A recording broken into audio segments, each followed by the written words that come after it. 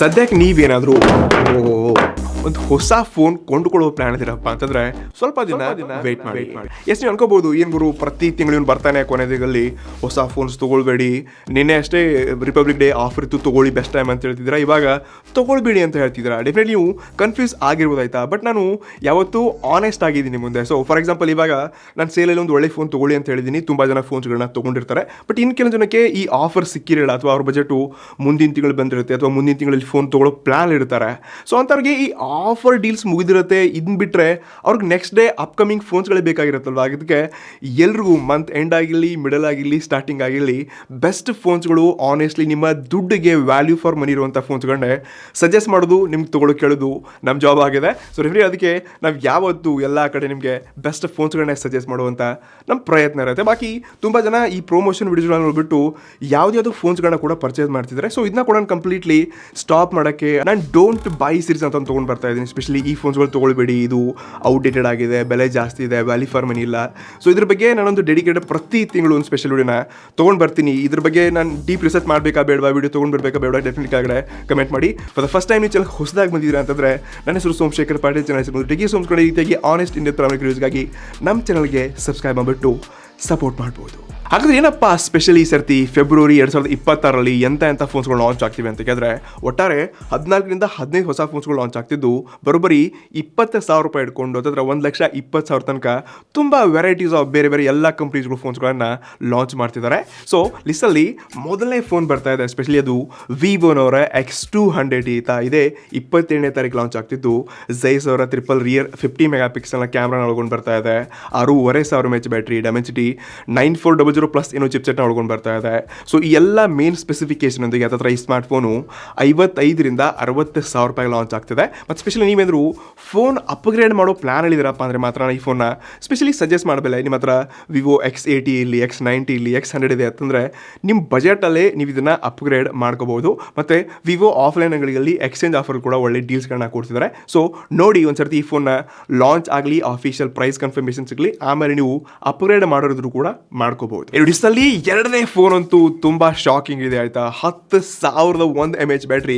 Specially ನಾನು Realme P4 power ಬಗ್ಗೆ ಮಾತಾಡ್ತಾ ಇದ್ದೀನಿ. ಈ ಫೋನಲ್ಲಿ ಸ್ಪೆಷಲಿ 6.78 ಇಂಚಸ್ ಇರುವಂಥ 144 ಆಂಬ್ರಿ ಡಿಸ್ಪ್ಲೇ ಕೊಡ್ತಿದ್ದಾರೆ. ಡೈಮೆನ್ಸಿಟಿ 7400 ಚಿಪ್ಸೆಟ್ ಇದೆ.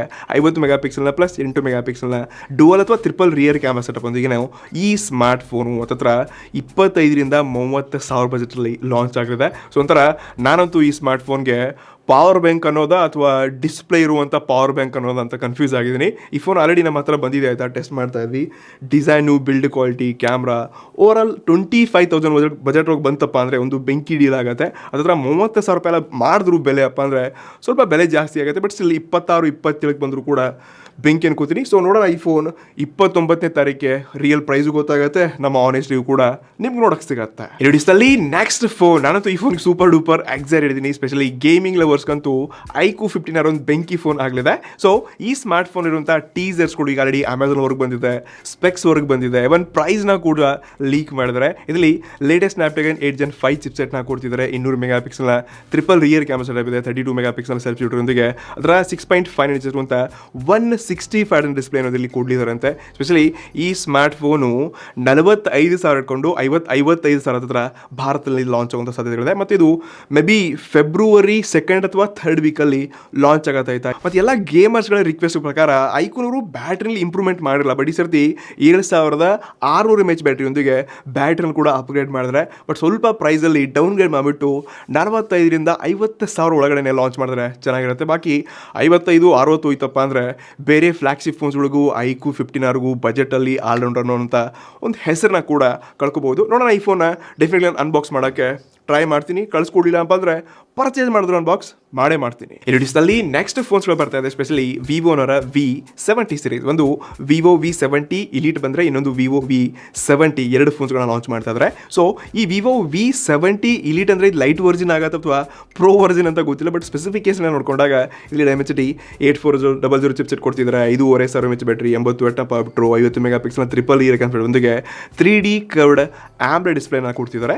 ಆನೆಸ್ಟ್ಲಿ ಇಲ್ಲೇನು ಹೇಳ್ಕೊಳ್ಳೋ ಹಾಗೆ ಅದ್ಭುತ ಬೆಂಕಿ ಚೇಂಜಸ್ಗಳು ಏನೋ ಕಾಣಿಸ್ತಲ್ಲ. ಅದೇ ಕರ್ವ್ ಡಿಸ್ಪ್ಲೇ, ಅದೇ ಬ್ಯಾಟ್ರಿ, ಅದೇ ಪರ್ಫಾರ್ಮೆನ್ಸ್ ಅಂತ ಎಲ್ಲ ನೋಡ್ತಾ ಇದ್ವಿ. ಬಟ್ ಅಟ್ಲೀಸ್ಟ್ ಪ್ರೈಸ್ ಆದರೂ ಕಮ್ಮಿ ಕೊಡಿ ಆಯಿತಾ. ನೀವು 4-5 ತಿಂಗಳಿಗೊಂದು ಬೇರೆ ಬೇರೆ ಸೀರೀಸ್ನೇ ಲಾಂಚ್ ಮಾಡ್ತಿದ್ದೀರಾ, ಬಟ್ ಪ್ರೈಸ್ನ ಕಮ್ಮಿ ಮಾಡಿ. ಎಸ್ಪೆಷಲಿ ಇವರ ವಿ ಸೀರೀಸ್ನ ಎಲ್ಲ ಫೋನ್ಸ್ಗಳು ಬೆಲೆ ಜಾಸ್ತಿ ಆಗಿತ್ತು ಮುಂಚೆ. ಹತ್ತಿರ ಎಲ್ಲ 35-40 ಸಾವಿರ ರೂಪಾಯಿ ಬರ್ತಿತ್ತು. ಬಟ್ ಇವಾಗಂತೂ ಎಲ್ಲ ರ್ಯಾಮು ಸ್ಟೋರೇಜ್ ಪ್ರೈಸ್ ಅಂತೂ ಜಾಸ್ತಿ ಆದಾಗ ಬ್ರ್ಯಾಂಡ್ಸ್ಗಳ ಬೆಲೆ ಜಾಸ್ತಿ ಮಾಡ್ತೀವಿ. ಬಟ್ ಸ್ವಲ್ಪ ಜನರ ಬಗ್ಗೆನೂ ಕಾಳಜಿ ವಹಿಸಿ ಆಯಿತಾ. ನೀವು ಅಪ್ಗ್ರೇಡ್ ಒಂದು ಮಾಡ್ತಾ ಇಲ್ಲ, ಬೆಲೆನೂ ಜಾಸ್ತಿ ಮಾಡ್ತಾ ಹೋದ್ರೆ ಚೆನ್ನಾಗಿರಲ್ಲ. ನೋಡೋಣ, ಈ ಸ್ಮಾರ್ಟ್ ಫೋನ್ ಫೆಬ್ರವರಿ ಈ ಮಿಡಲಲ್ಲಿ ಲಾಂಚ್ ಆಗಲಿದೆ ಅಂತೆ. ಹತ್ತಿರ 45,000-50,000 ರೂಪಾಯಿನ ಎಕ್ಸ್ಪೆಕ್ಟೆಡ್ ಪ್ರೈಸ್ ಕೂಡ ಹೇಳಾಗ್ತದೆ. ಇನ್ನು ದಿವಸದಲ್ಲಿ ನೆಕ್ಸ್ಟ್ ಸಿರೀಸ್ ಏನಿದೆ, ಈ ಸಿರೀಸ್ಗಂತೂ ಇಡೀ ಜಗತ್ತೇ ಕಾಯ್ತಿದೆ ಆಯಿತಾ. ಆಲ್ರೆಡಿ ನೀವು ಗೆಸ್ ಮಾಡಿರ್ಬೋದು.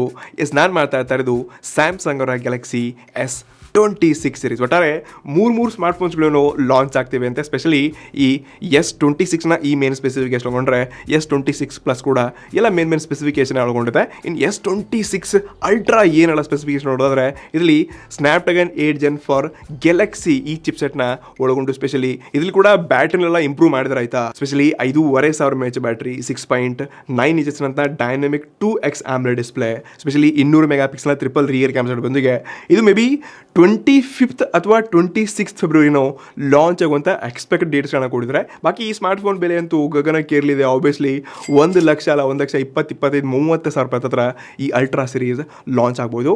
ಸೊ ಬಾಕಿ ನಾನು ಈ ಫೋನ್ಗೆ ಸೂಪರ್ ಡೂಪರ್ ಏನೋ ಎಕ್ಸೈಟೆಡ್ ಇದ್ದ ಆಯಿತಾ. ಬಟ್ ಬೆಲೆ ಒಂದು ತುಂಬ ಜಾಸ್ತಿ ಆಗ್ತಿದೆ. ಮತ್ತೊಂದು ಕಲರ್ ಏನೋ iPhone 17 Pro Max ಇರುವಂಥ orange ಕಲರ್ನೇ copy ಮಾಡಿದಾರಂತೆ.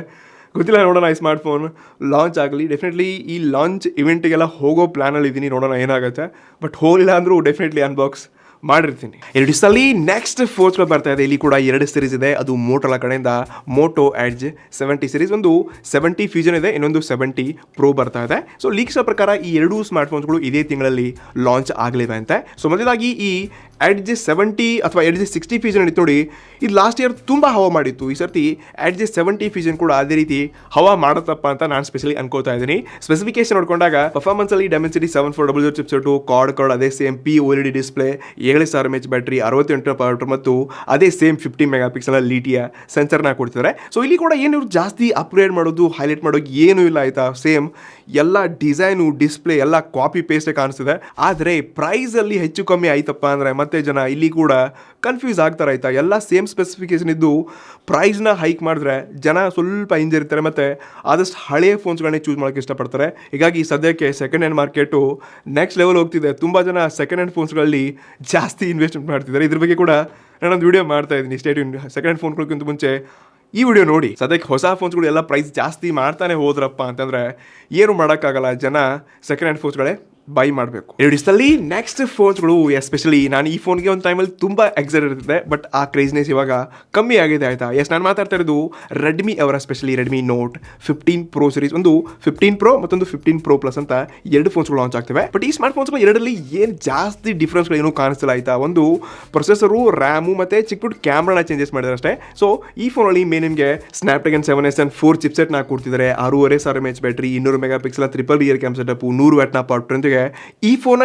Design last year ಥರನೇ ಗುರು. ಸೇಮ್ 2023 ನೋಡಿದ್ವಿ, 24, 25, 26 ಎಲ್ಲ ಸೇಮ್ ಡಿಸೈನ್ ಇದೆ. 4 ಕ್ಯಾಮ್ರಾ ಮಾಡಿಸ್ಕೊಂಡು ಹೈಲೈಟ್ ಮಾಡ್ತಿದ್ದಾರೆ ಅಷ್ಟೇ. ಸೊ ಇಲ್ಲಿ ಡಿಸೈನಲ್ಲಿ ಜಾಸ್ತಿ ಹೈಲೈಟ್ ಏನು ಮಾಡಿಲ್ಲ, ಬಟ್ ಡ್ಯೂರಿಬಿಲಿಟಿ ಒಂದಿಗೆ ತುಂಬ ಈ ಸರ್ತಿ ರೆಡ್ಮಿನವರು ಕೆಲಸ ಮಾಡಿದ್ದಾರೆ. ಬಟ್ ನನಗೆ ಅನಿಸಲ್ಲ ಈ ಫೋನ್ ಮಾರ್ಕೆಟ್ ತುಂಬ ಮುಂಚೆ ಹೆಂಗೆ ಹವಾ ಮಾಡ್ತಿತ್ತು ಆ ರೇಂಜಿಗೆ ಹವಾ ಮಾಡುತ್ತಪ್ಪ ಅಂತ. ಮತ್ತು ಬೆಲೆ ಕೂಡ 101% ಎಲ್ಲ ಫೋನ್ಸ್ಗಳ ಬೆಲೆಗಿಂತ ಇದ್ರ ಬೆಲೆನೇ ಜಾಸ್ತಿ ಆಗಿರುತ್ತೆ. ಸೊ ಎಕ್ಸ್ಪೆಕ್ಟೆಡ್ ಪ್ರೈಸ್ ಬಂದುಬಿಟ್ಟು ಈ ಸ್ಮಾರ್ಟ್ ಫೋನ್ದು 35,000-40,000 ರೂಪಾಯಿ ಹತ್ರ ಪ್ರೋ ಅಂದರೆ 15 Pro Plusನ ಬೆಲೆ ಆಗಲಿದೆ ಅಂತೆ. 15 Pro ಹತ್ರ 27,000-28,000 ರೂಪಾಯಿಗೆ ಲಾಂಚ್ ಆಗ್ಬೋದು. ಮತ್ತು ಇದೇ 29ನೇ ತಾರೀಕು ಇದು ಭಾರತದಲ್ಲಿ ಕೂಡ ಲಾಂಚ್ ಆಗ್ತಿದೆ. ಈ ಫೋನ್ ನನ್ನ ಹತ್ರ ಇನ್ನೂ ಬಂದಿಲ್ಲ, ಕಳಿಸ್ಕೊಟ್ಟಿಲ್ಲ ಅಂದರೆ ನಾನು ಪರ್ಚೇಸ್ ಮಾಡಿ ಅನ್ಬಾಕ್ಸ್ ಮಾಡೋಕ್ಕೆ ಈ ಫೋನ್ಸ್ಗಳನ್ನ ಟ್ರೈ ಮಾಡ್ತೀನಿ. ಈ ವಿಡಿಯೋಸಲ್ಲಿ ನೆಕ್ಸ್ಟ್ ಫೋನ್ಸ್ಗಳು ನೀವು ಶಾಕ್ ಆಗ್ತೀರಾ ಆಯಿತಾ. ಸೊ ಪ್ರತಿ ವರ್ಷ ರಿಯಲ್ಮಿ ನಂಬರ್ ಸೀರೀಸು ಮತ್ತು ರೆಡ್ಮಿ ನಂಬರ್ ಸೀರೀಸು ಒಂದೇ ದಿವಸ ಲಾಂಚ್ ಮಾಡ್ತಿದ್ರು, ಒಂದು ದಿವಸ ಹಿಂದೆ ಮುಂದೆ ಆಗ್ತಿತ್ತು. ಬಟ್ ಇವಾಗ ಇಬ್ಬರು ಹಿಂದೆ ಮುಂದೆ ಆಗಿಬಿಟ್ಟವ್ರೆ. ರಿಯಲ್ಮಿ 16 Pro ಸೀರೀಸ್ ಅಂತೂ ಆಲ್ರೆಡಿ ಲಾಂಚ್ ಆಗಿದೆ. ಇವಾಗ ರೆಡ್ಮಿ ಕಾಂಪಿಟೇಷನ್ ಸ್ವಲ್ಪ ಡಿಲೇ ಮಾಡಿದ್ದಾರೆ. ಬಟ್ ಇವಾಗ ಇವ್ರ ಜೊತೆ ಮತ್ತೊಂದು ರಿಯಲ್ಮಿ 16 ಫೋನ್ ಲಾಂಚ್ ಮಾಡ್ತಿದ್ದಾರೆ. ಇದು ನೋಡೋಕ್ಕೆ ಗೂಗಲ್ ಪಿಕ್ಸೆಲ್ ಥರ ಕ್ಯಾಮ್ರಾ ಮಾಡೆಲ್ ಕೊಡ್ತಿದ್ದಾರೆ. ಮತ್ತು ಇದರಿಂದ ಏನೋ ಮಿರರ್ ಒಂದನ್ನು ಆ್ಯಡ್ ಮಾಡಿದ್ದಾರೆ ಅಂತಂದರೆ ತುಂಬ ಒಳ್ಳೆ ಕ್ವಾಲಿಟಿ ಸೆಲ್ಫಿ ತಗೊಳ್ಳೋವಾಗೇನೋ ಟ್ರಿಕ್ಕನ್ನು ಆ್ಯಡ್ ಮಾಡಿದ್ದಾರೆ. ಬಾಕಿ ಕ್ಯಾಮ್ರಾ ಸ್ಪೆಸಿಫಿಕೇಶನು ಪ್ರೊಸೆಸರಲ್ಲಿ ಸ್ಕ್ರೀನ್ ಮೇಲೆ ನೋಡ್ತಾ ಇರ್ಬೋದು. ಗೊತ್ತಿಲ್ಲ ಈ smart phone for sure launch ಆಗತ್ತೆ ಅಲ್ವಾ. ಬಟ್ ಡೆಫಿನೆಟ್ಲಿ 16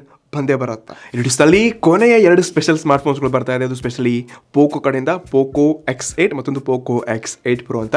ಸೊ ಪ್ರತಿ ವರ್ಷ ಈ ಸ್ಮಾರ್ಟ್ಫೋನ್ಸ್ಗಳು ಆನೆಸ್ಟ್ಲಿ ಹೇಳ್ತಾ ಇದ್ದೀನಿ ಎಲ್ಲ ವ್ಯಾಲ್ಯೂ ಫಾರ್ ಮನಿ ಸ್ಪೆಸಿಫಿಕೇಷನ್ಸ್ಗಳಿರುತ್ತೆ. ಬಟ್ ಬರ್ತಾ ಇದರ ಯೂಸೇಜ್ ಎಕ್ಸ್ಪೀರಿಯನ್ಸು ನಾವು ಏನು ಬೇರೆ ಫೋನ್ಸ್ಗಳು ಕಂಪೇರ್ ಮಾಡಿದ್ರೆ ಯಾವ ರೀತಿ ಇರುತ್ತೆ ಆ ಎಕ್ಸ್ಪೀರಿಯನ್ಸ್ ಇದರಲ್ಲಿ ಇರಲ್ಲ. ಬಟ್ ಆನ್ ಪೇಪರ್ ಸ್ಪೆಸಿಫಿಕೇಷನ್ ಅಂತೂ ಪೋಕೋನವರು ನಿಜವಾಗ್ಲೂ ಬೆಂಕಿ ಕೊಡ್ತಿದ್ದಾರೆ. ಸೊ ಈ ಸರ್ತಿ ಕೂಡ ಅಷ್ಟೇ ಪೋಕೋ X8 ಕೂಡ ಒಳ್ಳೆ ಡಿಸ್ಪ್ಲೇ, ಕ್ಯಾಮ್ರಾ, ಡಿಸೈನು ಎಲ್ಲವನ್ನ ಅಪ್ಗ್ರೇಡ್ ಮಾಡಿಬಿಟ್ಟು X8 Proನ ಕೂಡ ಸ್ವಲ್ಪ ಫ್ಲಾಗ್ಶಿಪ್ ಲೆವೆಲ್ ಅಥವಾ ಮಿಡ್ ಲೆವೆಲ್ ಫ್ಲಾಗ್ಶಿಪ್ಗೆ ಸ್ಪೆಸಿಫಿಕೇಶನ್, ಕ್ಯಾಮ್ರಾ, ಡಿಸೈನ್, ಡಿಸ್ಪ್ಲೇ ಎಲ್ಲ ಕೊಟ್ಬಿಟ್ಟು ಮಾರ್ಕೆಟಲ್ಲಿ ಇದನ್ನು ಜಾಸ್ತಿ ಇವರು ಹೈಲೈಟ್ ಮಾಡ್ತಿದ್ದಾರೆ. ಇವನ್ ಈ ಸರ್ತಿ ಕೂಡ ಈ ಫೋನ್ ಲಾಂಚ್ ಇವೆಂಟ್ಗೆ ಅಕ್ಷಯ್ ಕುಮಾರ್ನ ಕರೆಸ್ತಾರೆ. ನೋಡೋಣಂತೆ ಈ ಸ್ಮಾರ್ಟ್ಫೋನ್ ಫೆಬ್ರವರಿ ಮಂತ್ ಎಂಡಲ್ಲಿ ಲಾಂಚ್ ಆಗುವಂಥ ಸಾಧ್ಯತೆಗಳಿದೆ. ಸದ್ಯಕ್ಕೆ ಇದ್ರ ಬಗ್ಗೆ ಯಾವುದೇ ಸ್ಟ್ರಾಂಗ್ ಲೀಕ್ಸ್ಗಳಿದ್ರೆ ಬೆಲೆ ಎಷ್ಟು ಆಗ್ಬೋದಪ್ಪ ಅಂತ. ಬಟ್ ಫೆಬ್ರವರಿ ತಿಂಗಳಲ್ಲಿ ಫಾರ್ ಶೋರ್ ಈ 2 ಸ್ಮಾರ್ಟ್ಫೋನ್ಸ್ಗಳು ಲಾಂಚ್ ಆಗ್ತಿವೆ. ಇವನ್ನ ಬಿಟ್ಟರೆ ಸ್ಪೆಷಲಿ ಸ್ಯಾಮ್ಸಂಗ್ ಅವರು ಮತ್ತೆರಡು ಹೊಸ ಫೋನ್ಸ್ಗಳು ಸ್ಯಾಮ್ಸಂಗ್ A07 ಮತ್ತು M17E ಅಂತ ಏನೋ ಒಂದು ಹೊಸ ಬ್ಯಾಟ್ರಿ ಹೆಚ್ಚಿರುವಂಥ ಫೋನ್ ಲಾಂಚ್ ಮಾಡ್ತಿದ್ದಾರೆ. ಇದ್ರ ಜೊತೆಗೆ ಇನ್ಫಿನಿಕ್ಸ್ ಅವರು ನೋಟ್ ಸೀರೀಸ್ನ ತೊಗೊಂಡು ಬಂದಿದ್ದಾರೆ.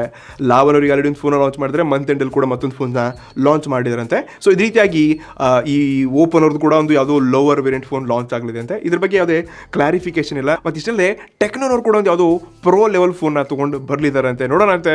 ಸದ್ಯಕ್ಕೆ ನಾನು ಹೇಳಿರುವಂಥ ಈ ಫೋನ್ಸ್ಗಳಿಂದ ಇದು 90% ಭಾರತದಲ್ಲಿ ಫೆಬ್ರವರಿ ತಿಂಗಳಲ್ಲಿ ಲಾಂಚ್ ಆಗುತ್ತೆ. ಸೊ ನಾನಂತೂ ಇದರಲ್ಲಿ ಎಲ್ಲಕ್ಕಿಂತ ಸೂಪರ್ ಡೂಪರ್ ಎಕ್ಸೈಟೆಡ್ ಇರೋದಪ್ಪ ಅಂದರೆ ಒಂದು specially Samsung Galaxy S26 series ಮತ್ತೊಂದು ವಿವೋ V70 ತಲೆಯಲ್ಲಿತ್ತು. ಬಟ್ ಸ್ಕಿಪ್ ಮಾಡಿದೆ ಗುರು, ಸ್ಪೆಸಿಫಿಕೇಶನ್ ಅನ್ಕೊಂಡು ತಲೆ ಕೆಟ್ಟೋಯ್ತಂದು. ಬಾಕಿ ನೀವು ಯಾವ ಫೋನ್ಗೆ ಸೂಪರ್ ಡೂಪರ್ ಎಕ್ಸೈಟ್ ಇದ್ದಾರೆ ಡೆಫಿನೆಟ್ ಆಗಡೆ ಕಮೆಂಟ್ ಮಾಡಿ. ಮತ್ತು ನಮ್ಮ ಡೋಂಟ್ ಬೈ ಸೀರೀಸ್ನ ಬಗ್ಗೆ ನಿಮ್ಮ ಒಪಿನಿಯನ್ ಕಮೆಂಟ್ ಮಾಡಿ ಆಯಿತಾ. ಇದ್ರ ಬಗ್ಗೆ ನಾನು ತುಂಬ ಕೆಲಸ ಮಾಡಬೇಕು. ನಿಮ್ಮ ಕಮೆಂಟ್ಸ್ಗಾಗಿ ವೇಟ್ ಮಾಡ್ತಾ ಇದ್ದೀನಿ. ಸೊ ಸಿಗೋಣ ಇನ್ನಷ್ಟು ಇನ್ ಡೆಪ್ತ್ ಮತ್ತು ಆನೆಸ್ಟ್ ಪ್ರಾಮಾಣಿಕ ರಿವ್ಯೂಸ್ ಒಂದಿಗೆ ಈ ರೀತಿಯಾಗಿ ನಿಮ್ಮ ಟೆಕ್ನಾಲಜಿ ಜಾಸ್ತಿ ಮಾಡೋಕ್ಕೆ.